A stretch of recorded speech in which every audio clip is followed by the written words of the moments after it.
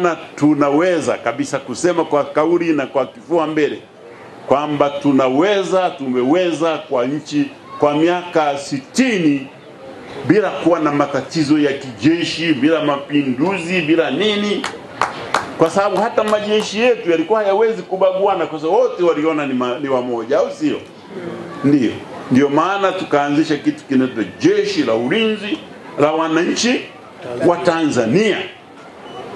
Wako wanasiasa wanasema nyinyi mnachanganya majeshi na siasa. Sisi tunawaambia nyinyi hamuelewi mambo. Mtuulize sisi tuliyekuwepo tumetawala miaka. Hakuna jeshi duniani ambalo halijui siasa ya nchi yake. Jeshi la namna hiyo ni mercenary. Jeshi la kukodisha. Lakini jeshi la kweli linajua. Unaliambia nyinyi mwende mpigane, wanasema tunapigana kwa nini? Mtu huwezi kusema bila kuwa mwenda wazimu utaenda kufa bila sababu. Lazima una sababu, na sababu yenyewe ni kwamba unapenda nchi unayoifia. Ndio, na hiyo ni siasa. Hata Marekani wanaosema tuingize siasa, wanafanya siasa katika majeshi yao.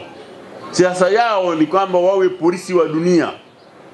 Kwa hiyo wanasema wao ni imperialist. Nchi zote lazima zitie amri yao. Kwa mkivunja amri wanakwenda kuwapiga, kwa sababu amri yao kuwapiga ni kuwashikisha adabu.